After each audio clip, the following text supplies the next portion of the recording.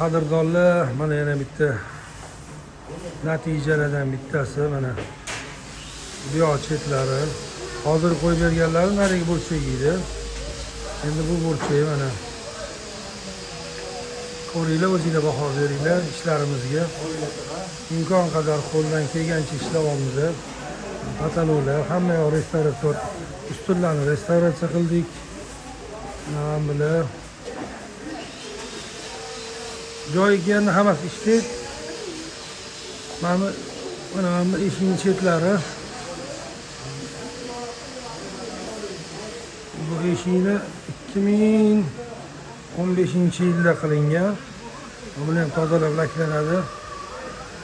Tamburlarni ko'rib baho berasizlar.